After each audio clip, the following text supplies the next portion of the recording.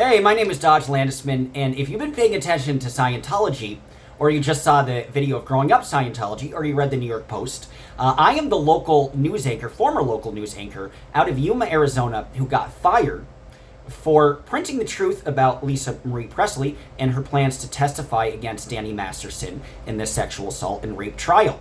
It was an interesting experience because when I was reading about the death of Lisa Marie Presley, I'd always been interested in the cult of Scientology and watched a lot of the YouTube videos and all the documentaries. And I felt there was this remarkable neglect in covering it and ignoring the legacy that Lisa Marie Presley left behind. That despite her membership in Scientology and probably quite a bit of hell that she would get from Scientology, she decided to testify that she was called by Scientology to convince her close friend, who was a potential victim of rape by Masterson, to not go to the police against him. So I felt that was an important part of her legacy, and it showed some bravery, and it's just an important bit of information when understanding Lisa Marie Presley's life. So I put that up, and all hell essentially broke loose. I got a phone call from a woman who had a foreign accent. I figured maybe she's from somewhere in South Asia.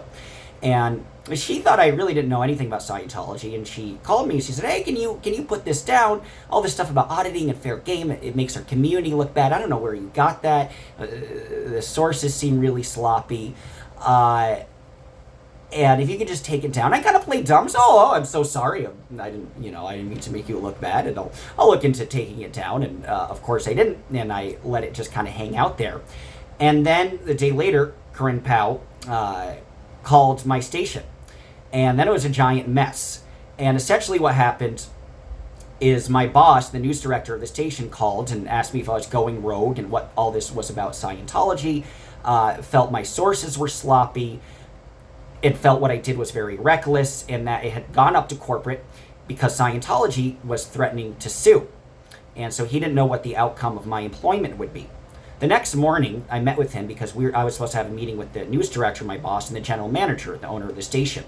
And we're under a corporate conglomerate, so you have the news director, the general manager, and they're under News Press Gazette, which owns about 8 or 9 local television stations across the country. So I met with them that morning to essentially prove my sources, to essentially confirm that what I was saying was true, that things were factual. They called my piece quite opinionated, although I felt I was adding crucial background information. You know, the fair game stuff, which they said wasn't sourced, is incredibly sourced. The auditing, which they said was not sourced and didn't know if that was true. I mean, that's the first thing you learn about Scientology. So they were not happy with me, and he said, we don't do opinion. And they also got mad that once I verified my sources, they assumed I just used this Daily Mirror article, where in reality, I used court documents, I used Deputy District Attorney Mueller, I used quotes from Judge Olmedo, I used an article from Variety, from Rolling Stone, from Washington Post, from all these other different publications. And they at least felt satisfied that this was factual. And they did say that they weren't happy with me, but that they would fight for me. So then you're in this weird limbo phase. He put me in this weird limbo phase for about 3 days. And they said I needed supervision. They threw me off I was a morning anchor. They threw me off the morning anchor desk and put me on the shift. And they said that corporate needed to investigate more. They saw the article. I don't know what more there was to investigate. And it's amazing when for 3 days you don't know if you're going to keep your job or not. And it's amazing because it's you really literally hear this ringing in your ear. And your vision almost gets blurry, and it really is a real thing, and your heart is beating the whole time. And it's a bizarre circumstance. It would have been nicer if they fired me 3 days earlier, and I could have did what I need to do to move on with my career. But it was a bizarre situation, and I got fired, and then I had 2 options. One option was news director. The news director might have very well remained on my side and give me a recommendation, and I could work out in Montana or Nebraska, and I have been to all those states, and they're beautiful, and try to have a second life in that regard. Or because Scientology made it so much worse, like I could stick it to them. And maybe if I gain some sort of an audience and people enjoy hearing me speak and feel like I'm speaking some truth to power in that regard, create an independent thing. That's the wave of the future. Remarkably, one of the admonishments is that they said I should have only used NBC, which we were part of the network, or Fox, where we had 2 shows, or CNN as sources. That's a lot of verifiable, valuable, good, reliable sources to ignore. And I felt that my job was to tell the truth to my audience. So I'm going to continue doing that. This is kind of the first video of reigniting my page. I've dabbled in it before, but I'm a big traveler too. I've been to 48 states in the USA, 27 states in Mexico, 6 provinces in Canada. So I love to travel. And hey, let's grow this together. I'd love to have a daily news show, because I still have a bit of an anchoring voice, I suppose, and have little 10-minute bits of stories that have fallen through the cracks. It'll certainly be Scientology heavy, but there'll be a lot of other things too about governmental corruption, local governmental corruption, statewide, what's happening in Canada and Mexico as well.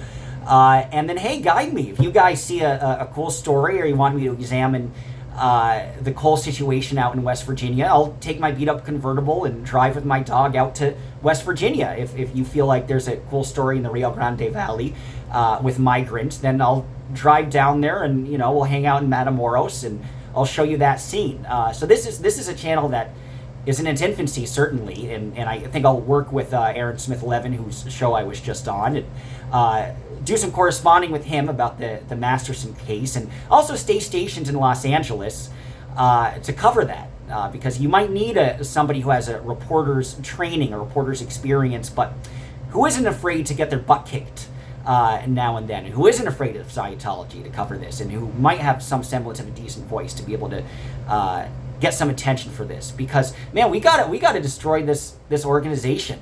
My bosses kept referring to it as attacking a religion.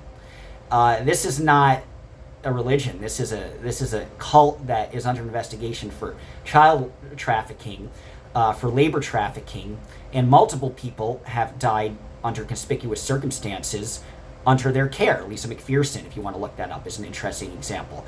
So they got me mad, man, and I could have just thrown in the towel, but Scientology has this wonderful way of shooting themselves in the foot.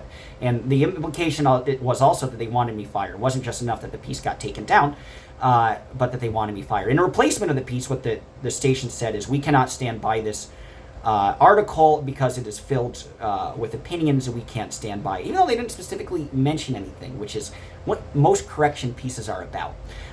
So this is kind of a new chapter for me. I'll admit I'm scared as hell and feel a little lost and forlorn, but I've already gotten some support. But I also feel energized, and I've always been the kind of reporter who never trusted government, who never trusted power. A lot of people in this career have this intrinsic trust. I was always kind of a renegade, looked at things very differently.